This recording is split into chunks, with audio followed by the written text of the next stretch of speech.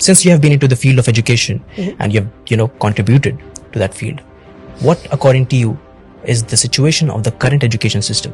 Okay, very interesting question, and this might take like 5 minutes for me to answer this question. No worries, all yours. I think let me divide this into 4 to 5 points. I think पहला तो ये कि जो हमारे पास आज education system हमारे India में है, क्या ये हमारा अपना एजुकेशन सिस्टम है? Sadly no. This education system was left behind by the Britishers.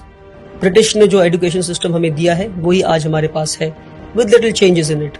अब ब्रिटिश की एजुकेशन सिस्टम करती क्या है?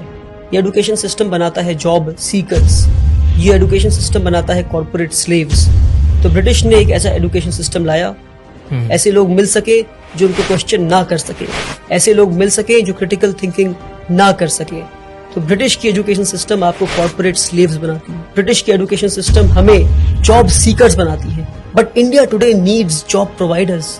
दूसरी जो गड़बड़ी हमारे एजुकेशन सिस्टम में क्रीप कर गई वो ये कि हमने पूरी एकेडमिक्स को पास और फेल के मयार पे लाके खड़ा कर दिया. इंटरेस्टिंग.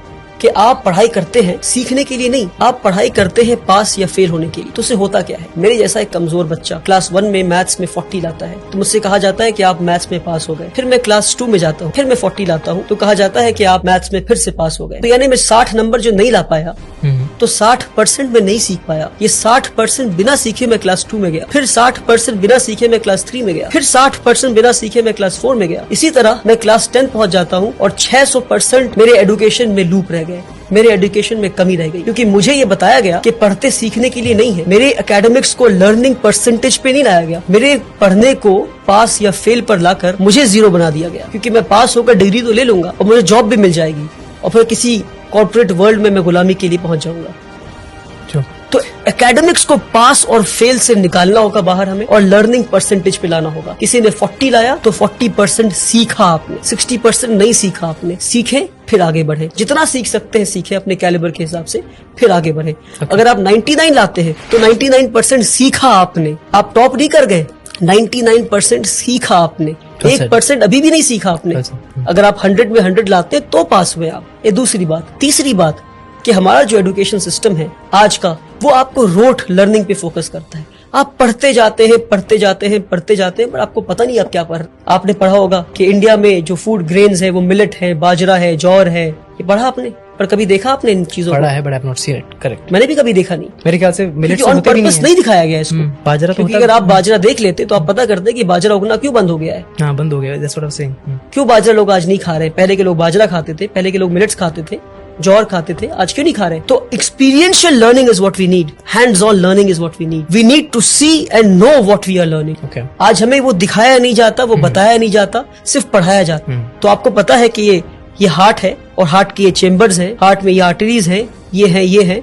मगर आपको कभी इंसान का दिल दिखाया जाए तो आप बोलेंगे भैया ये क्या है? प्रैक्टिकलिटी. ये practical learning is what we need आज के दिन पे. Hands on experiential learning. तीसरी चीज. तो चौथी चीज है वो ये कि हमारे एजुकेशन को हमने समझा कि एकेडमिक्स ही एजुकेशन है. क्या?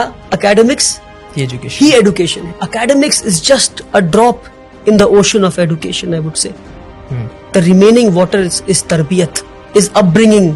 कि भाई आप बात कैसे करते हैं? Are you confident? Are you creative? Do you have critical thinking?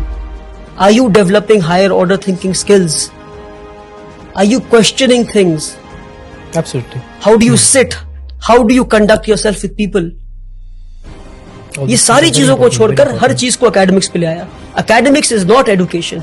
Education is a holistic thing जहां आप एक इंसान को बेहतर इंसान बनाते हैं, एक कॉर्पोरेट स्लेव नहीं बनाते. सबसे बड़ी कमी हमारे एजुकेशन सिस्टम में वो ये हमारे साथ जो फ्रॉड हुआ मैं कहता हूँ एजुकेशन सिस्टम में, वो ये कि हमने एकेडमिक्स को, हमने सब्जेक्ट्स को स्ट्रीम में बांट दिया. कि भाई अगर आप सबसे ब्रिलियंट बच्चे हैं तो आप पढ़ेंगे साइंस. अगर आप 90 लाते हैं तो साइंस पढ़ेंगे. अगर आप 70 से 80 लाते हैं तो आप कॉमर्स पढ़ेंगे.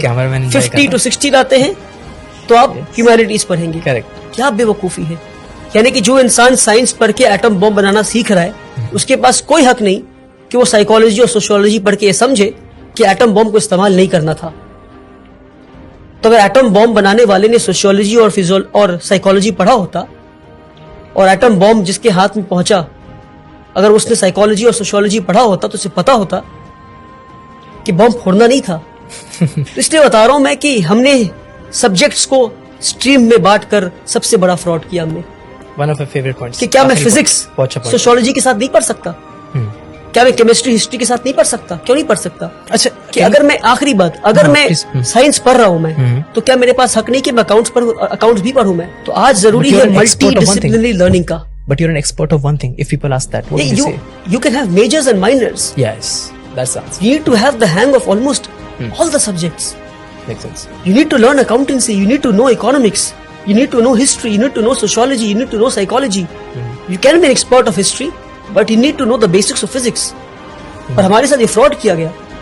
आप फिजिक्स पढ़ेंगे पर आप हिस्ट्री नहीं पढ़ सकते, आप सोशियोलॉजी पढ़ेंगे पर आप केमिस्ट्री नहीं पढ़ सकते। Okay. क्यों किया हमारे साथ ये फ्रॉड आपने? क्यों?